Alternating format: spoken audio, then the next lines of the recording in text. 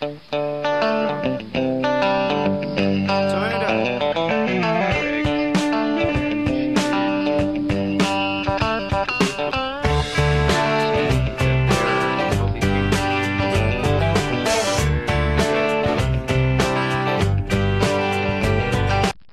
Hey YouTube, about 2 days ago I got this male pastel python.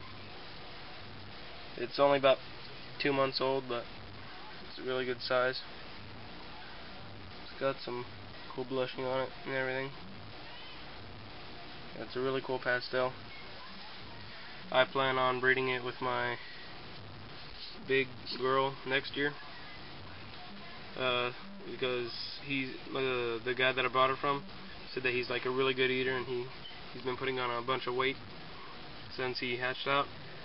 And yeah, next is gonna be the update on my mealworm breeding and my waxworm. Alright, so here are some of my beetles that I have. We've got 1, 2, 3, 4, 5, 6, 7, 8, 9, 10, 11 beetles so far, and about 20-25 pupas. For the past 3 days, a whole bunch of them have been coming out of their pupas. And every time I check the mealworms that I'm gonna show, there's always pupas in there. And here are the pupas.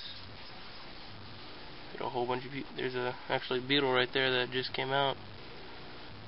And there's one in there that's starting to come out. You can't see it, but yeah, he's starting to come out. Anyway, there's about 20-25 of them in here, and 11 beetles in here. So I'm going to show you next all the mealworms and everything.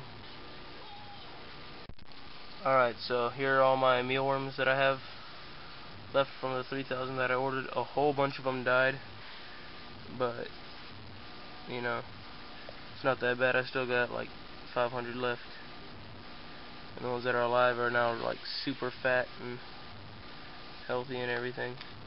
And I'll come in here, and for the past couple days there's been about 5 pupas each time I checked every day. So they're starting to turn into pupas like I wanted. But I'm gonna need to start refrigerating some of the smaller ones, so then they stop turning into pupas, so I could use them as food. I just keep them like this over the adult ones, over the beetles, so then I don't have to use a top. And then I have a top for this, like this. So it's just 2 shoe boxes. It's like half the space, and I just keep it right there. Some oatmeal on the floor. Next, I'll show you the waxworms. Alright, so this is my moth from the waxworms. This is my setup. It's like a BB container for airsoft containers.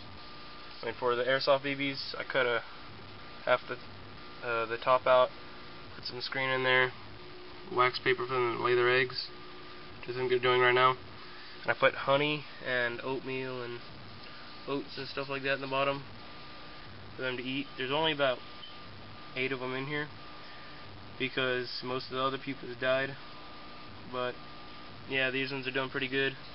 I just find eggs around the rim of the container, and I just knock them off into the wax paper. And yeah, that's pretty much it. Thanks for watching. Alright, so I know I said it was the end of the video, but I just want to do a quick little update on the hatchling leopard geckos. The normal's starting to change its colors and everything, getting the spots on the black part, starting to turn pretty colors. The albino one looks pretty much the same, but it's getting bigger. It's actually eating better than the normal one now. Yeah, they're doing real good.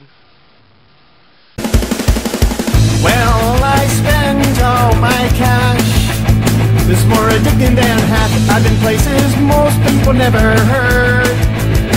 Herbs are what I see, from the plains of Kansas to Mozambique. I know what I am, and I say it loud and proud.